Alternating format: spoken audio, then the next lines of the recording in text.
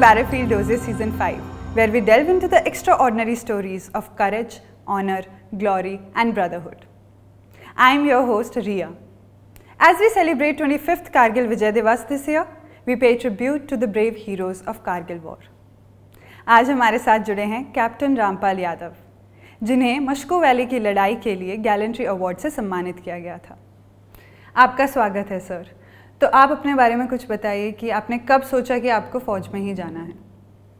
मैं कैप्टन रामपाल यादव 9 मार्च 1996 OTA से commission हूँ, जो 5 साल के लिए होता है। मेरी पहली पोस्टिंग अमृतसर में थी। उसके बाद 15 अगस्त 1997 को हम श्रीनगर वैली में एंटर किए थे। हम एक कोर रिजर्व थे, इसलिए पूरा टाइम हम मूव पे ही रहते थे। जिस टाइम कारगिल का एपिसोड हुआ, हम गुलमर्ग में इन्फिल्ट्रेशन रोकने के लिए 3rd टायर में बैठे हुए थे। चारों कंपनियां अलग अलग 4 जगह पे बैठी हुई थी। मैं पेजन पथरी में था। 15 मई को ट्वाइसी जो उस टाइम ऑफिसेटिंग CO कर रहे थे, वो मेरे साथ थे। तब BM साहब का नीचे से ब्रिगेड से फ़ोन आया था कि 24 घंटे में आप नीचे उतराओ, आप इमरजेंसी है, वहाँ जाना होगा। दूर दराज का इलाका और पहाड़ी इलाका होने की वजह से 24 घंटे में इवन सिंगल आदमी का भी पहुँचना असंभव था, जो ट्वाइसी ने उनको बता दिया था। उसके बाद BM ने यही कह के फ़ोन काटा कि आप चलना तो शुरू करो। तो हम लगभग 24 मई को नीचे रोड हेड पे पहुंच गए थे। उसी दौरान बीच में उस काम के लिए 28 RR ट्रांजिट कैंप में नीचे जाने के लिए बैठी थी, उसको भेज दिया गया था। हम उनके पीछे पीछे 25 को यहाँ से शुरू हुए, 26 को हम सोनमार्ग में थे, 27 को घुमरी में एक्लोमेटाइजेशन किया और 28 को मस्को वैली में हमें रैकी के लिए भेज दिया गया था। 29 को हमारा पहला अटैक गया था और वो सौरभ कालिया और दोनों कालिया की पेट्रोल के बाद पहला अटैक था इंडियन आर्मी का। लेकिन तब तक स्थिति कुछ भी साफ नहीं थी। मेरे को ब्रिगेडियर साहब ने बताया था कि 2 आदमी होंगे और जाके देख लेना। तो मेरा अटैक 2 दिन में प्लान किया गया था, 29 को और 30 की रात को। 30 की रात को जहाँ गिवन पॉइंट पे मेरे को अटैक करना था, 29 को हम अपनी लोकेशन में पहुँच गए थे। 30 को जब हमने मेन ऑब्जेक्टिव पर अटैक किया तो वहाँ कोई नहीं था। कुछ सामान वहाँ ज़रूर पड़ा हुआ था, 2-3 स्टोव रखे थे, कुछ खाने का सामान था, कुछ पानी की बोतलें थी। तो हमें लगा कि शायद ये छोड़ के भाग गया है। उसके बाद में जब ये पॉइंट मेन पॉइंट से लगभग 1000 मीटर नीचे था, तो धूप लगभग 10 बजे आई थी। तो जब 10 बजे धूप आई और जब सब बंदे धूप सेक रहे थे, तो चारों तरफ से लगभग 4 मशीन गन का फायर हमारे ऊपर आया, जिससे ये साबित होता था कि वहाँ पे 2 आदमी नहीं, पूरी 150 आदमी की एक कंपनी बैठी हुई है। 4 ऑटोमेटिक कंपनी के पास ही होते हैं और एक ऑटोमेटिक चलाने के लिए 3 आदमी की ज़रूरत होती है और उसको सिक्योरिटी देने के लिए एक पूरा सेक्शन चाहिए। तो उससे ये तो साबित हो गया था पूरी एक कंपनी बैठी हुई है। तब हायर कमांड से यही आदेश आए कि आप इनको नीचे मत आने देना, इनको यहीं पे रोकना है। तो उस वाली अटैक का तो वहीं पे खात्मा हो गया था और हम उनको रोकने के लिए वहाँ बैठ गए थे। उसके बाद में फिर चलता रहा और हमें दूसरी रीच पे भेजा गया। वहाँ हमारी आमने सामने की भी काफ़ी लड़ाई हुई। उसके बाद जब सीज़ फायर हो गया तो भी टास्क यही था कि मत चलना, लेकिन हम चलते रहे।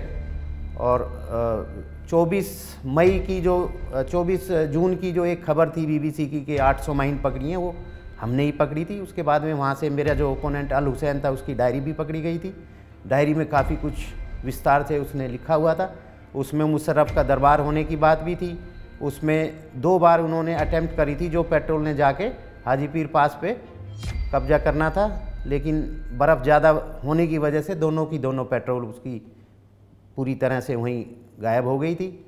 जो बर्फ़ पिघलने के बाद हमें 16 की 16 डेड बॉडियाँ उनकी मिली, जिससे सारा कंफर्म हो गया। और इस डायरी से हमें जो फ़ायदा हुआ वो ये हुआ कि जो लोग वहाँ हमारे बैठने थे पोस्ट पे, उनकी स्टॉकिंग के लिए हमारे को मदद मिली और हम उनकी 10 महीने की स्टॉकिंग करके और फाइनली हम नवंबर में 99 में वहाँ से उतर के आए। इसी के दौरान में जो भी समस्याएं आई और वो सब आई, उनका हमें फ़ायदा मिला।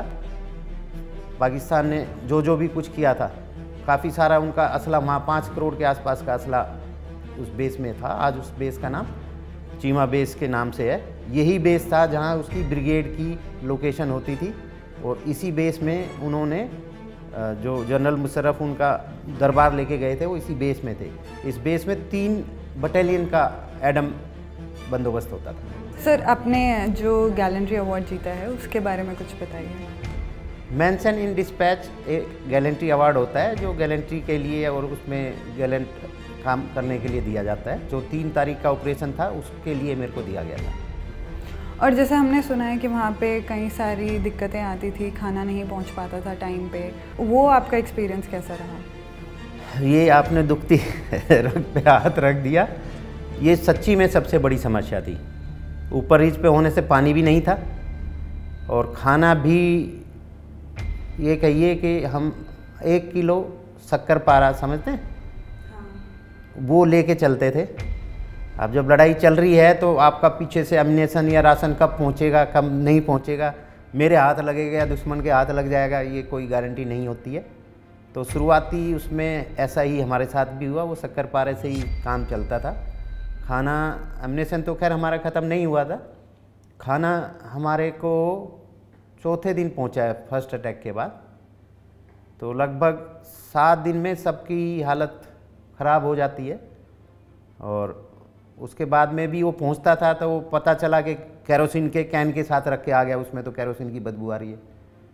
फिर मैं यही नीचे पहुंचाया कि आप लोग कुछ मत करो, आप लोग सूखे चावल और दाल यही दे दो, हम अपने आप ऊपर में कैसे भी करके बना लेंगे, क्योंकि जो आ रहा था वो खाने लायक नहीं हो पा रहा था। लेकिन बड़ी दिलचस्प बात ये है कि सीज़ फायर होने के बाद जब मैंने उनके बेस पे कब्जा किया जहां मुशर्रफ ने दरबार लिया था, तो वहाँ ट्रकों भरा राशन पड़ा हुआ था उनका। उसमें उन्होंने आग लगाने की कोशिश करी थी। आटे की, सूजी की सब बोरियां थी। मैं तो जब वहाँ पहुँचा तो मेरा जवान 1 घंटे में, मैं जब तक सारा देख ही रहा था क्या क्या पड़ा हुआ है, वो तो हलवा बना के ले आया था। तो मैंने पूछा, भाई ये हलवा तो कहाँ से आ गया? खैरा साहब, इनका पड़ा हुआ था राशन, उसमें से बनाया। मैंने कहा खाया किसने? बोला बस अभी तो एक ही आदमी ने चखा था। मैंने कहा अभी खाना मत, इसमें जहर भी हो सकता है। फिर वो 1 घंटे बाद आया टहलता हुआ कि साहब ठीक ठाक है, वो कुछ नहीं हुआ। तो हमने उसके बाद तो उन्हीं का, कई जब तक मैं वहाँ रहा उन्हीं का राशन चला, वही खाते रहे। 5-6 चने की बोरी थी, 600 बुलेट प्रूफ जैकेट्स बिल्कुल सील्ड न्यू वहाँ पे पड़ी हुई थी। रेजिमेंटल एड पोस्ट था, दवाइयाँ पड़ी हुई थी, जर्मन के ब्रांड की, जर्मनी से आई हुई दवाइयाँ उनकी थी। और वहाँ उनका आरटी का भी बेस था। वो शायद 2 ब्रिगेडियर साहब वहाँ बैठते थे। एक आरटी का ब्रिगेडियर भी बैठता था, एक इन्फेंट्री का ब्रिगेडियर बैठता था। और वहाँ गन पोजीशन थी, 3 गन लगी हुई थी उनकी, मीडियम गन, जिनके वो बैरल तो उठा ले गए, लेकिन नीचे का सारा सामान और गोले सब वहाँ छोड़ गया था वो। और सर, जैसे अगर अब आपको मौका मिले कि आपको फ़ौज ज्वाइन करनी, अगर आप उस टाइम होते, देश की तरफ से कॉल आएगी तो मैं हमेशा हाजिर हूँ, हमेशा जाऊँगा। हो मेरा रोम रोम तेरा कर्जदार है, हमारी ये आज़ादी तेरी कर्जदार है। शुक्रिया शुक्रिया शुक्रिया हो शुक्रिया।